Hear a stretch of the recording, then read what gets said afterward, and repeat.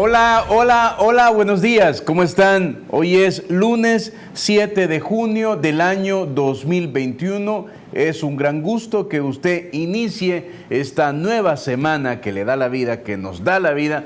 Nueva semana laboral, nueva semana de proyectos, nueva semana de buenas intenciones y nueva semana de la mejor información con TVO Canal 23 y este programa. Les saluda Medardo Alfaro y de verdad un saludo cordial a todos aquellos que se conectan tempranito a través de todas nuestras plataformas y de nuestro sistema de televisión nacional. Con nosotros Elisa Rosales, diputada, que también es la primera secretaria de la Asamblea Legislativa. ¿Sí es verdad? Sí, claro. Buenos Gracias, días. Elisa. Muchas gracias por el bienvenida. espacio. Muchas gracias por el espacio. Un saludo a las personas que nos permiten llegar hasta su hogar. Espero que tengamos una muy buena plática esta mañana. Y también está con nosotros Rodrigo Ayala, que también es diputado y es segundo vicepresidente de la Asamblea Legislativa. Bienvenido, Rodrigo. Muchísimas gracias y es un placer estar acá por primera vez en este espacio con usted y es un gusto poder platicar con el pueblo salvadoreño. Un saludo a todos. Las plenarias son interesantes. Todas llaman la atención, todo el país está pendiente de las plenarias. Todas las plenarias desde fuera, desde que uno ve, ha sido de mucho trabajo para ustedes, ¿verdad? Es decir, desde que comenzaron el primer día. En la última, como tú muy bien decías, terminaron en la madrugada, casi 5 de la mañana. La plenaria había comenzado desde temprano. Con esto, donde eran 23 dictámenes, 23, ¿no? Los que se reformaron de 23 cuerpos legislativos. A mí hay una duda que me queda, pero no lo he visto. Ustedes seguramente lo han visto. ¿Realmente en cada ley decía ahí que el representante iba a ser de la ANEP o había alguna figura jurídica que permitiera que fuera la ANEP? ¿Cómo estaba? Bueno, sí, primero que todo, esto había funcionado en el pasado. Bueno, hay que explicar desde el principio. Sí, cada institución tiene su junta directiva en la cual se toman decisiones. Tomamos de ejemplo, por ejemplo, Corsatur. Existe la junta directiva que tiene miembros de la sociedad civil y tiene miembros del órgano ejecutivo dentro de la institución y representantes de otras instituciones adentro de la junta directiva.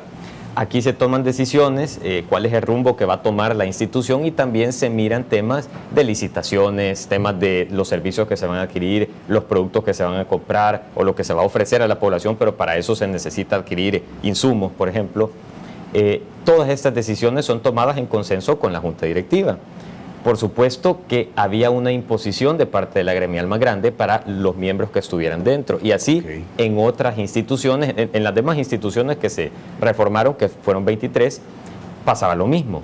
¿Qué es lo que pasa? Entonces tenemos una historia en El Salvador que desde muchos años atrás todas estas decisiones y todo el conocimiento de todos los términos de referencia, por ejemplo, de todas las licitaciones, de las compras, etcétera, las personas dentro de ese sector de la empresa privada conocían todos estos temas y por supuesto les facilitaba poder tener una incidencia para ganar estas licitaciones o tener incidencia para que la persona a quien representaba, el que estaba dentro de la junta directiva, ganara las licitaciones. Es decir, era una especie de ser juez y parte dentro de las juntas directivas de las instituciones. Ahora lo que se busca, o lo que se buscó y ya se completó, es que se abriera esto, se democratizara para que no solamente de una gremial pudieran ser parte o representantes o impuestos de una gremial fueran parte de las juntas directivas, sino que también de otras gremiales, de la empresa privada, tal vez no necesariamente la gran empresa privada, sino la mediana, la pequeña o la micro, que estén dentro de las juntas directivas para tomar decisiones también no solamente que le beneficien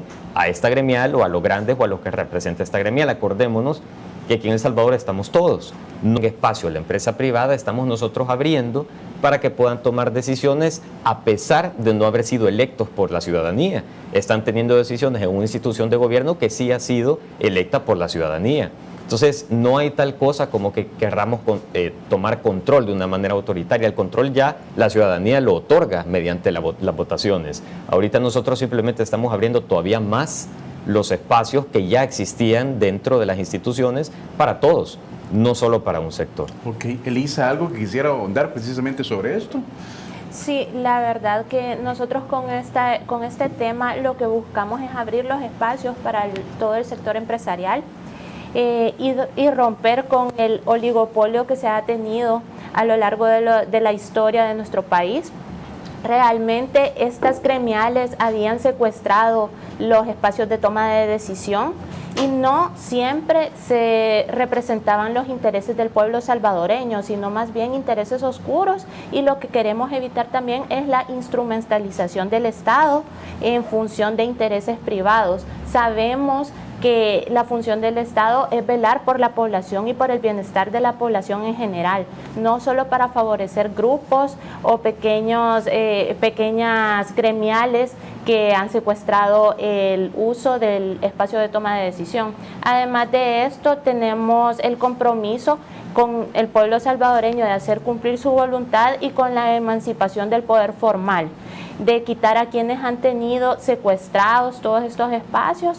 Y bueno, qué bueno que lo pudimos hacer desde este espacio y que estas 23 instituciones ahora van a contar con juntas directivas un poco más justas, que de verdad representen a todo el sector empresarial y que por supuesto todos vayamos en un mismo rumbo, porque las instituciones tienen que ir en el rumbo correcto para que nuestro país por fin avance. Pronto antes de la reforma era que la ANET, entre sus agremiados, recibía las propuestas y la ANET la enviaba.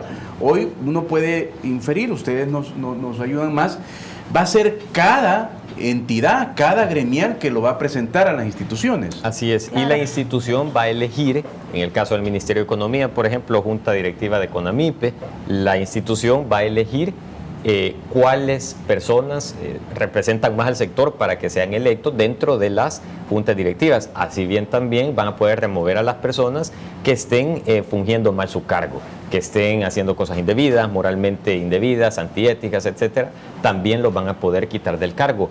Esa era la preocupación número uno de la oposición, que decía por qué la institución va a escoger a la persona, por qué no simplemente la empresa privada dice no, yo quiero a fulano de tal dentro de la junta directiva, sino que ahora es la institución. Y vuelvo al tema, porque la institución es quien tiene la legitimidad del pueblo, es decir, es quien tiene el respaldo total mediante las elecciones del pueblo, que quien más que ellos para tomar decisiones dentro del sector público.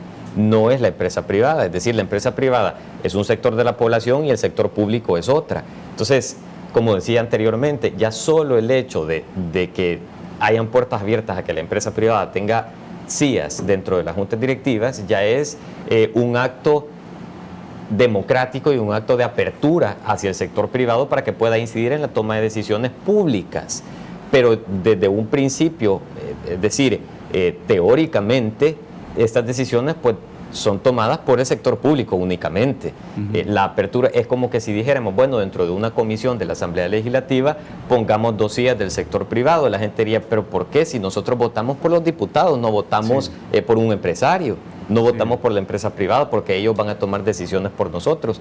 Entonces, por ahí va la cosa. No hay tal cosa como decir que la institución quiere ser autoritaria por escoger. Al contrario, está en todas sus facultades y tiene que ser la que tenga el poder de escoger, porque ellos son, las instituciones públicas, quienes tienen el mandato de trabajar por el pueblo. La empresa privada no lo tiene, la empresa privada, y no tiene nada de malo, simplemente son de naturalezas diferentes. El sector público trabaja por el bienestar de la población y la empresa privada trabaja por la productividad, es decir, por ganar dinero. De la ANET, en una primera reacción, cuando usted quiera, y me gustaría que usted nos dijera, decía que Contraloría, prevención de la corrupción y diálogo real han sido las funciones que hemos ejercido, pero si lo que quieren es tener representantes de pantomima, pues en eso nosotros no podemos participar, respondió Leonor Selva, directora ejecutiva de la ANET, tras las reformas a las autónomas aprobadas por la Asamblea Legislativa. ¿Qué piensa de esta valoración de la directora ejecutiva de la ANET, Elisa? Claro, pueden haber valoraciones de todo tipo respecto al tema. Estamos en un país libre y democrático, pero realmente el fondo de esto es buscar democratizar estos espacios. Y bueno, si hay opiniones que están en contra de eso, pues nosotros las respetamos, pero vamos a seguir trabajando para poder hacer espacios más justos a nivel de instituciones públicas. Como lo decía Rodrigo, pues necesitamos personas que de verdad le aporten al país. Bueno, yo he conocido miembros de juntas directivas que llevan años y años acaparando estos espacios y que realmente ya no están aportándole al país. Otro punto importante es que en estas reformas que se han hecho también se establecen algunos criterios para poder cesar a las personas del cargo en el que están fungiendo. Ese es un punto bastante importante porque a veces son personas que incluso hasta han tenido procesos legales abiertos y continúan en una junta directiva. Entonces no podemos permitir que personas que tienen problemas con la ley estén en una institución pública y tomando los espacios de toma de decisión, valga la redundancia. Entonces considero que es un paso importante que estamos dando para abrir los espacios, para que los empresarios se sientan más representados, porque si bien estas gremiales son fuertes, son grandes, pero no representan al 100% del empresariado de nuestro país. Así que el llamado también es para las personas que van a estar en estas nuevas juntas directivas a que aportemos al país, a que busquemos soluciones, busquemos propuestas que de verdad representen a nuestra población. Ahora, ¿iba a decir algo, Rodrigo? Sí, solo algo creo yo que es muy importante. Sí. Y no es a modo de crítica destructiva, al contrario, es a modo que la población tenga el panorama claro. Acordémonos que la directora ejecutiva de ANEP fue candidata a diputada por un partido completamente en discordia con el partido del gobierno. Es decir, que cualquier opinión, si bien ahorita desde su postura es técnica, pero por supuesto que no puede ser que las emociones de una persona hayan cambiado en un mes o en 2 meses, 3 meses. Es decir, se luchó una campaña dura, de críticas duras, de ataques duros al gobierno, que sería incluso inhumano pensar que ahorita se están emitiendo opiniones sin al menos una disidencia emocional que haya quedado grabada después de toda esta campaña. Entonces, cualquier opinión emitida también tenemos que saber que viene un antecedente ideológico, un antecedente de estar en contra del gobierno y que cualquier opinión va a ser, pues por eso, va a ser a raíz también de haber sido parte de un partido político que no sé si sigue siéndolo, entiendo que no, pero una opinión no va a ser tan pura como de una persona que sea meramente técnica. Para cerrar este tema, entonces de plano, la reforma lo que ha logrado, porque antes era como, estaba en la ley, pero cualquier representante en estas autónomas a fuerza lo mandaba la ANEP. Entonces las reformas de plano han democratizado estas instituciones. Sí, claro, eso es lo que buscaban estas reformas y por eso las apoyamos como Asamblea Legislativa, porque consideramos que estos espacios han estado secuestrados demasiado tiempo y no han representado al 100% del empresariado en nuestro país. Así que las reformas van encaminadas a eso, van encaminadas también a que las instituciones ya no favorezcan a ciertos grupos de poder que han estado controlando la toma de decisión. Además, nosotros consideramos que es importante que los empresarios que están surgiendo, empresarios que también están no en estas gremiales, sino solo tienen su empresa, le están aportando al país desde ahí, pero no están en las gremiales, también tengan la oportunidad de poder postularse y que las instituciones pues los evalúen para ver que tengan todas las credenciales para formar parte de las juntas directivas, porque recordemos que estas juntas directivas son la máxima autoridad de estas instituciones.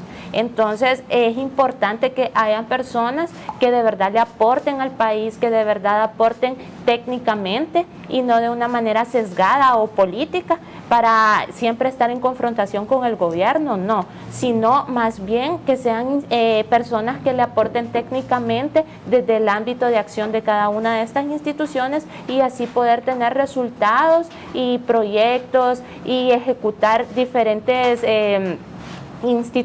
que las instituciones puedan aportar de diferente manera y que la población, por supuesto, sea la única beneficiada, porque el centro de la acción de toda institución pública tiene que ser la población. Hay que hablar, ¿no? Ocurrió mucho este fin de semana. La conferencia del presidente viernes, ¿no? Donde anunciaba los golpes a la delincuencia en el país, como por ejemplo la detención del exalcalde de San Salvador, Ernesto Mason, y además la acumulación de unos nuevos delitos. A mí me llamó la atención y les debo de preguntar a ustedes, precisamente porque comenzamos esta entrevista, es decir, hay una generación de diputados a partir de la decisión de la gente, ¿no? Y me llamó mucho la atención lo que decía el exalcalde Mason cuando era detenido, que él se convertía en el primer preso político en el país. Estoy seguro que ustedes no comparten ese planteamiento. ¿Por qué es que no es el primer preso político? ¿Cómo lo ves tú, Rodrigo, a partir de lo que ocurrió en torno a ese tema? Bueno, primero que todo, yo creo que es lo más importante ver que detrás de este arresto o detención que ha habido ahorita, hay cargos por los cuales se le tiene preso ahorita momentáneamente para proceder al juicio y demás. Pero todos estos cargos y todos estos actos que se cometieron, pues no tienen nada que ver con ser preso político. Es decir, ahorita se le imputaban la retención de las cuotas tributarias de los trabajadores dentro de la alcaldía de San Salvador, que se le había descontado al empleado, pero no se habían pagado al fisco, por ejemplo, o se le habían descontado de créditos, de seguro social, etcétera, al empleado, y no se habían depositado a sus respectivos destinatarios, es decir, a la institución que le estaba cobrando por la hipoteca de su casa, a la persona, al empleado, a la empleada. Se le estaba quitando el dinero por parte de la alcaldía, pero no se estaba enviando a la institución a la cual le debía de pagar. Entonces, muchos empleados, yo personalmente hablé con algunos que me comentaban, bueno, nosotros nos han estado quitando por todo este año y con la pandemia encima, etcétera, es decir, con algo que ha golpeado a la población mucho económicamente también y es algo mundial, pero les quitaban este dinero y ellos tranquilos decían, ok, pero al menos estoy pagando mi casa porque el salario me quitan y se está pagando la casa, o estoy pagando un crédito que tengo en el banco, o me están pagando también temas de impuestos, temas de seguro, etcétera, pero que al final del día les venían a notificar de la institución a la cual le debían dinero para decirle que este dinero nunca había llegado a la institución y que la hipoteca pues ha caído en mora y que ahorita todavía tiene que pagar más o que le pueden quitar la propiedad. Entonces, esto, aparte de ser un delito, pues también es un acto sumamente inmoral porque no es decir, porque es un ataque directo a la familia trabajadora salvadoreña, es un ataque directo a un segmento de la población que no puede soportar una pérdida económica o un ahogo económico de esta manera, lo cual estaba haciendo el alcalde recién salido de la alcaldía de San Salvador. Entonces, ¿cómo va a ser eso un delito para ser preso? Perdón, ¿cómo va a ser eso una causante para ser preso político? Es un delito.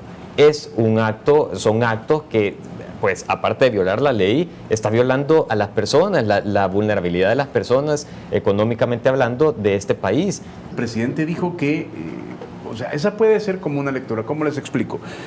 Lo que sufrió la gente, que se les descuenta, el presidente decía que unos tuvieron que, hasta la posibilidad de perder su casa, y era como muy recurrente, es decir, hay muchísimos alcaldes, o había, uno quisiera que desapareciera, que las cuotas las retenían y no las trasladaban. Eso también es un precedente que ya no va a ocurrir, ¿verdad? ¿Usted cómo lo ve? Claro, la verdad que el caso de Ernesto Mason es lamentable. En la alcaldía de San Salvador, pues yo he tenido contacto con muchos de los trabajadores y es indignante la manera en la que jugó con la retención de estas cuotas, y también los salarios no eran cancelados en los tiempos establecidos. Sabemos que la ley establece ciertos periodos para que el salario de las personas pueda ser pagado y nunca se respetaba. De hecho, ahora que asumió el alcalde Mario Durán, el salario del mes anterior no había llegado a los trabajadores de la alcaldía. Entonces, jugar así con la dignidad de las personas, con sus recursos, es lamentable que haya sido una práctica recurrente en nuestro país. Y bueno, ahora se alega que es un perseguido político, un preso político, y yo diría que más bien es un político preso, porque hay suficientes pruebas para todos los delitos que se le están imputando. De verdad que aparte de todos los abusos que cometió desde la alcaldía de San Salvador, hay pruebas de los otros delitos donde él está admitiendo en grabaciones, en ciertos medios de comunicación, que él negoció con grupos que están al margen de la ley y negoció para cambiar resultados electorales negoció la vida de los salvadoreños y salvadoreñas. Entonces, yo sé que la Fiscalía debe estar haciendo un arduo trabajo para poder darle un fin a este tema, y así que las culpas recaigan sobre las personas que de verdad cometieron estos delitos, porque para que él haya cometido estos delitos también tiene que haber un grupo de personas que lo hayan apoyado. Entonces esperamos que la Fiscalía logre recabar todas esas pruebas y que se logre condenar. Obviamente hemos tenido muchísima contextualización. Antes de que ustedes vinieran al programa, colocamos lo que mandó el presidente de esta conferencia internacional, las reacciones de la gente, cómo se utiliza el Bitcoin, es decir, nuestra audiencia ya tiene bastante contextualización, por lo menos este día, que hay que seguir conversando muchísimo. Pero ¿por qué esta primera reacción suya en torno a esto y algunas valoraciones adicionales? Sí, por supuesto. Vamos a dar un paso para que nuestro país pues pueda estar a la vanguardia. Cuando llegue este proyecto, pues con gusto lo vamos a analizar desde la Asamblea Legislativa. Decirle a la población que no entremos en esta desinformación que algunos medios de comunicación quieren dar, que están diciendo que, por ejemplo, el Bitcoin puede reemplazar o sustituir el dólar, que es la moneda en curso. Hay otras voces que dicen que va a volver el colón. O sea, por el momento se va a analizar la propuesta que va a mandar el presidente Nayib Bukele hacia la Asamblea Legislativa, pero estoy segura que esto no va a ser para sustituir la moneda que ahorita está en curso, que es el dólar, pero sí el Bitcoin se conoce como una moneda de cambio que pues está generando bastantes expectativas a nivel internacional. Se han tenido buenos resultados. De hecho, en nuestro país ya hay un caso de éxito al usarlo, que es en la comunidad del Zonte. Esta comunidad, a raíz de la iniciativa de varios jóvenes, empezó a incursionar en el uso del Bitcoin, y pues es un caso bastante de éxito. De hecho, ellos hablan que el Bitcoin les ayudó durante la pandemia a tener un poco de liquidez, porque pues durante la pandemia sus actividades económicas se vieron un poco mermadas, pero el Bitcoin contribuyó a que esta pandemia no fuera tan dura para la comunidad. Y pues qué bueno si se pudiera implementar, pudiéramos nosotros hacer el análisis concreto. Sabemos que es un tema muy nuevo para el país, es un tema que a veces asusta, porque incluso se tienen que utilizar nuevas tecnologías, el acceso al internet, pero se pueden dar pasos, ya que el Bitcoin trae algunas ventajas. Por ejemplo, que no se devalúa, no está en esa especulación del mercado. Entonces eso pudiera contribuir bastante, y más a un país que no cuenta con una política monetaria establecida, sino porque somos un país dolarizado. Entonces pudiera ser una propuesta que puede funcionar para nuestro país, pero por supuesto necesita todo el análisis técnico para poder ser aprobado. Y nosotros pues estamos dispuestos, Rodrigo y yo estamos en la Comisión de Economía, entonces nos estamos informando, estamos haciendo estudios pertinentes al respecto, para que cuando esta propuesta llegue, para que este proyecto llegue, le podamos dar el análisis técnico que nuestro país se merece. Ok, el apoyo número 11, usted me dijo, Rodrigo, que estudia economía, ¿verdad? Estudia economía, okay. Así es. Rodrigo, en una primera reacción, puso inclusión y libertad financiera, balance deflacionario, facilidad de transacciones, remesas, inversión a largo plazo con apreciación exponencial, transparencia y seguridad, naturaleza de ahorro. Fíjese, Rodrigo, que a partir de que usted colocó 1, 2, 3, 4, 5, 6 temas, ¿verdad? Muy interesante, los puede comenzar a desarrollar, porque esa es su percepción, ¿no? Su primera impresión y su conocimiento de lo que podría ser cuando el presidente mande a la Asamblea Legislativa el proyecto de ley que, como muy bien dice la diputada Elisa Rosales, va a ser discutida. Rodrigo, por favor. Correcto. Bueno, comenzando con la inclusión y libertad financiera. ¿Por qué esto conllevaría una inclusión y libertad financiera? Pues primero que todo porque conocemos un sector que es el más grande, que es el sector informal, que ahorita no puede tener acceso a créditos, no puede tener acceso a la bancarización, por ejemplo, por el estado informal en que se encuentra. Con el Bitcoin no se necesita esto, es decir, el Bitcoin incluso puede servir para ser la base de obtener créditos a futuro, por supuesto, al ya tener, digamos, el manejo de esta criptomoneda en sus celulares y a entenderlo bien. No necesita tener un récord crediticio porque puede ocupar un Bitcoin, es decir, mucho menos que un Bitcoin, un Satoshi, que es la medida más pequeña dentro del Bitcoin, podríamos decirlo como los centavos, pero que tienen un gran valor. Se puede utilizar como colateral para poder obtener un crédito. Entonces, al final del día esto viene a solucionar muchos problemas. Por supuesto que va a ser algo opcional y hay que dejarlo claro desde el principio. No es algo impositivo que aquí va a desaparecer una moneda y viene otra, como se hizo con el dólar, que tenemos una política de dos monedas, colón y dólar, pero que todos sabemos que simplemente es el dólar y los colones se sustrajeron de la sociedad. Más transparente, no hay nada más seguro que un sistema de blockchain. Yo le sugiero a la población que lo busquen, que lean sobre el tema, porque es un tema complejo, no es un tema tan sencillo de explicar ni de entender, pero es importante que lo sepamos, para que sepamos la seguridad y nos vamos a dar cuenta que es mucho más seguro un sistema de blockchain que un sistema tradicional de información. Es mucho más seguro y tiene mucho más respaldo a nivel global que un sistema tradicional. Entonces, pero al final de cuentas, el punto de todo esto es que no se viene a imponer una moneda y que el dólar se va a sacar del mercado, al contrario, simplemente va a ser una opción para la cual las personas van a poder utilizar, que va a beneficiar a sectores más que a otros, por ejemplo, sectores que no se ven beneficiados por una bancarización formal ahorita, se van a ver beneficiados más por un Bitcoin. Por sectores que son más vulnerables y necesitan transacciones del exterior, van a poder tener mayor facilidad con el Bitcoin de lo que tienen ahorita y no van a perder dinero en estas transacciones. Entonces, hay un montón de factores que vienen en camino, pero por supuesto, lo primero es lo primero y lo primero es estudiar la propuesta, ver todos los detalles de la propuesta que ahorita nosotros no la conocemos todavía, pero estamos con mucha emoción y satisfacción de conocer cuando entre ya a la comisión. Podemos coincidir todos aquí en el set que este pueblo ha sido sufrido, ¿verdad? Es decir, cuando se aprobó la ley de integración monetaria, uno de los mensajes era que iban a bajar los intereses de los créditos, y no es cierto, nunca bajaron, ¿verdad?